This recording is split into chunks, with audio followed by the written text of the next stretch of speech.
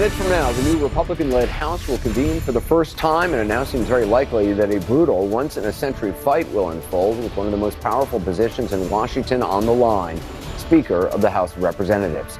Welcome to CNN's live coverage of what promised to be a very dramatic vote for Speaker. I'm Anderson Cooper. And I'm Jake Tapper. This hour, battle lines being drawn in the House Republican caucus. We're told Republican leader Kevin McCarthy is prepared to dig in for as long as it takes to achieve his goal of becoming Speaker of the House of Representatives. He has been in very heated talks coming down to the wire, but even McCarthy allies right now are acknowledging he still does not have the votes to claim the Speaker's gavel. McCarthy needs 218 votes to be elected Speaker if everyone is voting. That's a majority of the House of Representatives if all members are there and voting. Republicans have right now a very narrow 222-seat majority in the new House. That means McCarthy can only afford to lose the support of 4 Republicans to win the speakership under these rules, but at least 5 far-right GOP lawmakers are firm no votes, and that list appears to be growing. That's more than enough to sink McCarthy's chance of winning on the first ballot.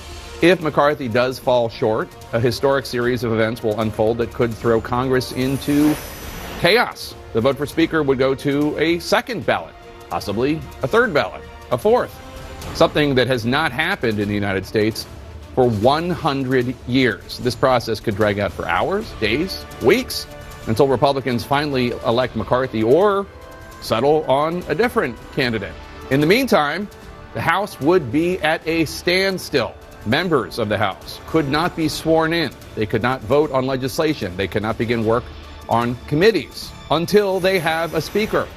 Our congressional correspondents are fanned out on Capitol Hill, covering all the behind-the-scenes maneuvering ahead of the vote for Speaker. First to Manu Raju. Manu, we heard from Leader McCarthy, Kevin McCarthy, a short while ago on the brink of this high-stakes vote, and what he said did not sound as though he has the votes. He doesn't have the votes. This is the real problem for Kevin McCarthy at the moment. He hasn't had the votes for weeks. He doesn't have the votes now, and that's why behind closed doors things got very tense. McCarthy unloaded on his critics, saying that he has made a whole range of concessions, saying that what else are you fighting for? We need to move forward as a conference. But he got pushback. Congressman Scott Perry, for one, got into a heated back and forth with him, as did Congressman Chip Roy, arguing that they need to be more. They want more power over the speakership. But McCarthy is not willing to go as far as a number of these members want. And a number of McCarthy allies say that they, too, are prepared to dig in, support Kevin McCarthy for as long as he wants to go. And privately and publicly,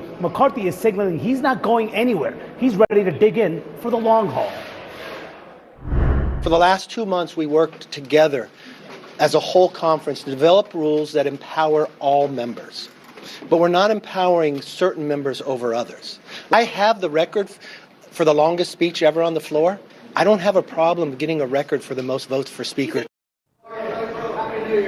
And the threats behind closed doors also intensified. Jake, we're told that one of McCarthy's allies even threatened the committee assignments from some of these members. If they say they don't vote for Kevin McCarthy, they won't be sitting on key committees in the new Congress. But that is not doing nothing to sway these members. The number of opponents is only growing. Kevin McCarthy could lose maybe 10, maybe 15, potentially even up to 20 votes here when they vote here in a matter of minutes. But he certainly does not have the 218 votes he needs to be elected Speaker.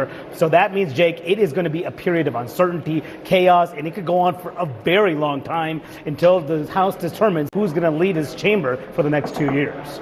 All right, Manu Raju, thanks so much. Let's chat about this, because one of the things that's so interesting, Dan and Bash, is this hardline group, the Matt Gaetzes, Lauren Boeberts, Scott Perrys of the conference, who are far right of their party, making demands, according to Leader McCarthy, according to him, asking for special committee assignments, budgets, chairmanships, all sorts of things that he was not prepared to give them.